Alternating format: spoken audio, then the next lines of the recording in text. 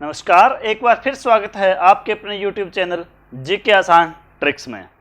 जैसा कि कल की वीडियो में अपने बताया था, भारतीय सेना की जो भर्ती घोषित हुई है, राजस्थान के 3 जिले श्रीगंगानगर, हनुमानगढ़ और चूरू जिले के लिए, चूरू के अंदर जो शिवजी स्टेडियम सरदार शहर चूरू में जो भर्ती आयोजित होगी उसके बारे में कल अपने उसके फॉर्म कब भरे जाएंगे, कब वो भर्ती होगी, कौन कौन से यानी क्या योग्यता रहेगी, तो वो सारी तमाम बातें जिस पे अपने डिस्कस कल कर चुके हैं। यदि आप पहली बार इस पे पहुंचे हो तो वो वीडियो भी आप ज़रूर देख लें, उसके लिंक डिस्क्रिप्शन में दे दी जाएगी। आज अपन बात कर रहे हैं, यदि आप इस भर्ती को देखने जा रहे हो तो आपको कौन कौन से डॉक्यूमेंट्स तैयार करवाने हैं। उन डॉक्यूमेंट्स के बारे में आज आपको विस्तार से आप बताएंगे। तो चलिए सबसे पहले बात करते हैं कि आपकी अंक तालिकाएं, आप जिस भी भर्ती इसके अंदर 3-4 प्रकार की है। एक तो जनरल ड्यूटी 10वीं पास के लिए, 12वीं पास के लिए जो आर्मी जो क्लर्क वाला है, टेक्नीशियन टेक्निकल डिपार्टमेंट उसके लिए, और 10वीं पास के लिए ट्रेड्समैन की वैकेंसी है, और एक 8वीं पास के लिए ट्रेड्समैन की वैकेंसी है। तो अलग अलग जिस भी पोस्ट के लिए आपने आवेदन किया है उससे रिलेटेड आपकी 8वीं, 10वीं, 12वीं या ग्रेजुएशन जो भी आपके पास अंक तालिकाएं हैं उनकी ओरिजिनल जो मार्कशीट है वो आपको डॉक्यूमेंट जब भी आप एग्ज़ाम के लिए या इसके भर्ती के लिए जाओ तो आपके पास होना अति आवश्यक है।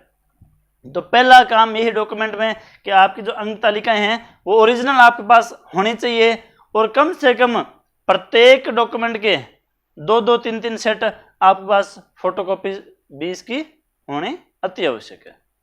फिर अपन बात करें 2 नंबर डॉक्यूमेंट, आधार कार्ड।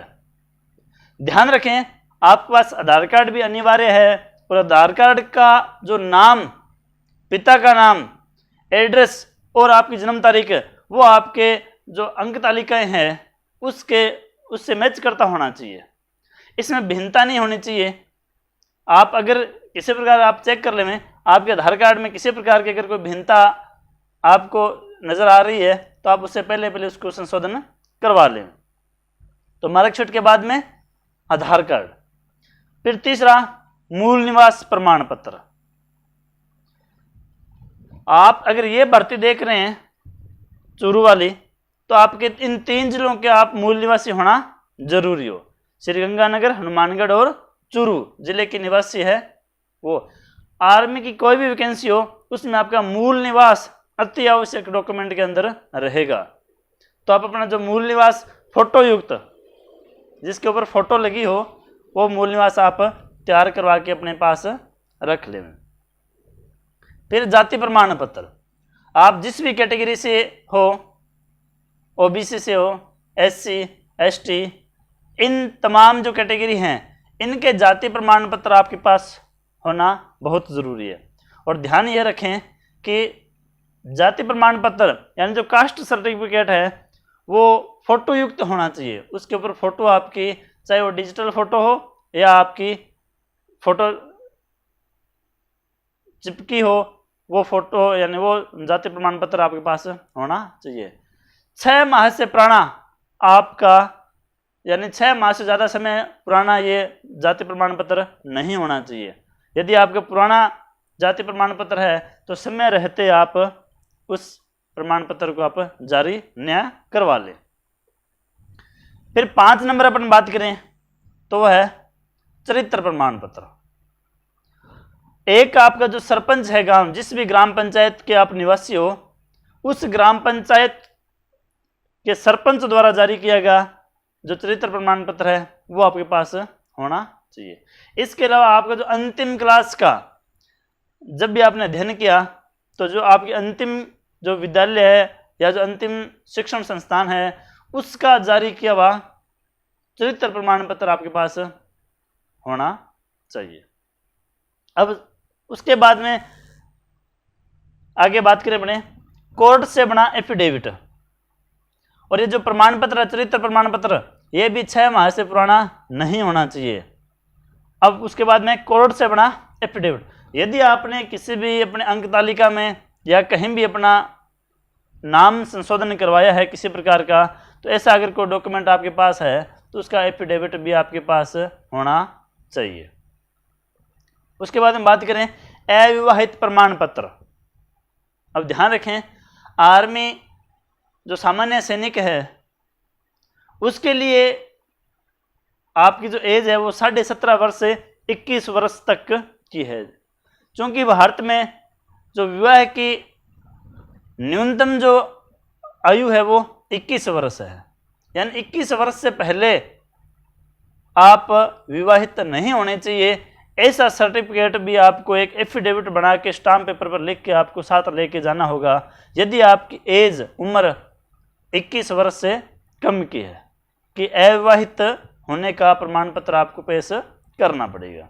और यह भी 6 माह से पुराना, जो भी आपकी तारीख है उसी से नहीं होना। उसके बाद में चूंकि इस भर्ती में 17.5 वर्ष तक भी आप इसमें 17.5 वर्ष से लेकर 21 या 23 वर्ष तक आप इसमें भाग ले सकते हो, लेकिन यदि आपकी उम्र 18 वर्ष से कम है, यानी 17.5 से 18 वर्ष तक की आपकी उम्र बनती है, तो भी आपको एक एफिडेविट लेके जाना होगा जिसमें घर वालों की और आपकी सहमति अति आवश्यक उसके अंदर लिखी जाएगी। तो आप जब भी अपने जाओगे तहसील के अंदर तो वहाँ आपको ये लिख देंगे सर्टिफिकेट। यदि आप 17.5 वर्ष से 18 वर्ष की उम्र के मध्य आपकी उम्र है तो भी आपको एफिडेविट इसका लेके जाना होगा। अब देखिए, उसके बाद में पुलिस वेरिफिकेशन, पुलिस चरित्र प्रमाण पत्र। तो आप जब भी इस भर्ती के लिए आप जाओ, डॉक्यूमेंट वेरिफिकेशन के लिए आप जाओ, तो आपका पुलिस वेरिफिकेशन आपके थाने से, यानी आपका जो पुलिस अधीक्षक कार्यालय है अपने ज़िले में, वहाँ आपको आवेदन करना होगा पुलिस सत्यापन के लिए। तो वहाँ से आपका लेटर थाने में जाएगा, थाने से आपका बीट कांस्टेबल आपके घर पे आके आपका सत्यापन करेगा और आपके डॉक्यूमेंट्स जो थाने के अंदर किसी भी प्रकार का आपके ऊपर कोई मामला विचाराधीन है या पुराना कोई मामला आपके ऊपर कोई है, तो उस चीज़ की समस्त जांच करने के बाद में पुलिस जो सत्यापन रिपोर्ट है वो पेश करेगी।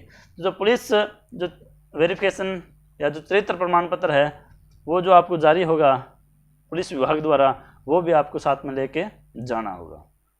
उसके बाद में आपकी फ़ोटोज़, आपकी 3 महीने से ज़्यादा 3 माह से पुराने आपकी फ़ोटोज़ नहीं होनी चाहिए और कम से कम आप 20 फ़ोटो अपने साथ में लेके जाना। अब अपन बात करते हैं 2 जो सबसे महत्वपूर्ण डॉक्यूमेंट्स जो इस आर्मी की भर्ती में आपको बोनस दिलवा सकते हैं, आपका चयन करवा सकते हैं, ऐसे डॉक्यूमेंट्स के बारे में आज अपन बात करें। वो है आपका एनसीसी सर्टिफिकेट। एनसीसी सर्टिफिकेट के बारे में अपन थोड़ा बता दें आपको। एनसीसी में 3 प्रकार के सर्टिफिकेट, यदि आप एनसीसी धारी हैं तो आपको 3 प्रकार के सर्टिफिकेट मिलते हैं। NCC A certificate, B certificate और सी सर्टिफिकेट। थोड़ा बता दूं, एनसीसी जो ए सर्टिफिकेट है वो स्कूली स्तर पर है, यानी स्कूली स्तर पर आपके पास एनसीसी रही है तो आप ए सर्टिफिकेट प्रदान किया जाएगा। तो उसको आपको सभी, चाहे आप सैनिक सामान्य में आपने फॉर्म भरा है, ट्रेड्समैन के लिए फॉर्म भरा है, टेक्निकल में फॉर्म भरा है, तो आपको 5 अंक उसके बोनस के रूप में प्रदान किए जाएंगे। उसके बाद में जब आप महाविद्यालय स्तर पर आप अपने शिक्षा का अर्जन करते हैं तो उसमें यदि आपके पास एनसीसी रही है तो पहले वर्ष आपको बी सर्टिफिकेट प्रदान किया जाएगा, यानी पूरे वर्ष के अंत में एनसीसी अगर आपके पास है तो एग्ज़ाम उपरांत आपको एक सर्टिफिकेट प्रदान किया जाता है, वो होता है बी सर्टिफिकेट। उसको इन तमाम तीनों वैकेंसीज में, भले आप सैनिक सामान्य क्लर्क में हो या ट्रेड्समैन में हो, तीनों के लिए आपको 10 अंक बी सर्टिफिकेट के प्रदान बोनस के रूप में किए जाएंगे। और यदि आपके पास सी सर्टिफिकेट है, यानी महाविद्यालय शिक्षा के दौरान आपने द्वितीय वर्ष बी के बाद में 1 साल और लगाने के बाद में आपको सी सर्टिफिकेट आपको प्रदत्त है, तो उसको आपको बहुत बड़ा बेनिफिट है। वो ये है कि आपकी जो जनरल ड्यूटी है सैनिक सामान्य और जो ट्रेड्समैन है उसमें आपका पूरा का पूरा एग्ज़ाम माफ होगा।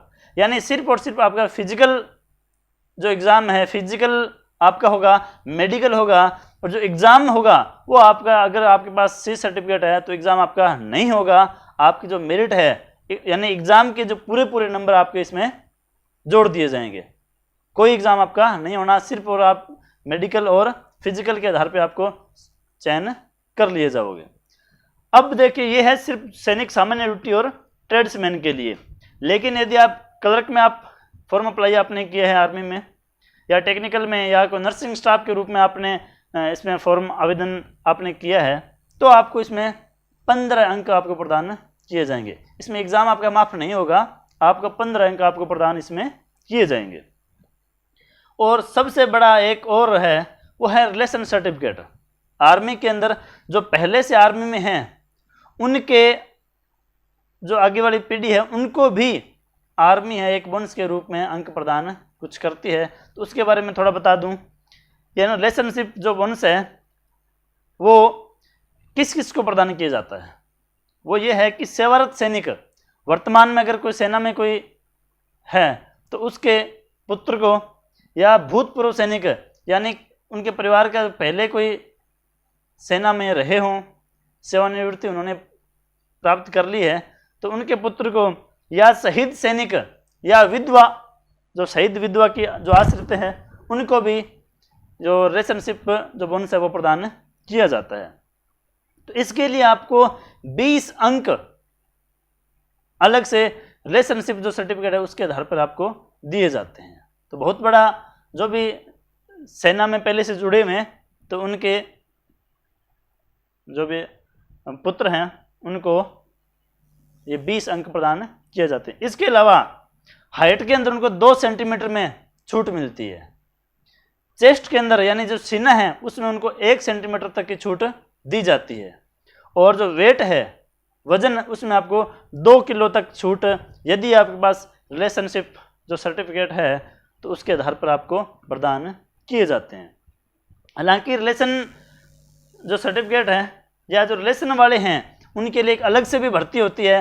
यदि उनकी अलग से भर्ती हो रही है, जिस भर्ती में मान लीजिए सिर्फ और सिर्फ आर्मी रिलेशन वाले ही भाग ले रहे हैं, तो वहाँ पर ये चीज़ें लागू नहीं होगी। किसी प्रकार के कोई अलग से अंक प्रदान नहीं किए जाएंगे, कोई अलग से हाइट चेस्ट में छूट नहीं दी जाएगी, क्योंकि वहाँ सिर्फ और सिर्फ आर्मी रिलेशन वाले ही भाग ले रहे हैं। तो सिर्फ उन्हीं में से उनका पूरा प्रोसीजर, भले ही आपका वो अंक वाला हो और भले ही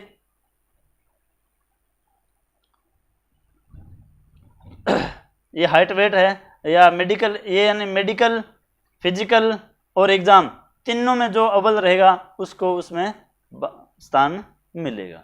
और यदि जो ओपन जो भर्ती है, खुली जो भर्ती है, उसमें रिलेशनशिप वाले जो बच्चे हैं उनको अलग से उनकी रनिंग होती है, उसमें इन प्रकार के जो सर्टिफिकेट का जो बोनस है, हाइट में, चेस्ट में, वेट में, और जो बोनस अंक हैं वो प्रदान किए जाते हैं।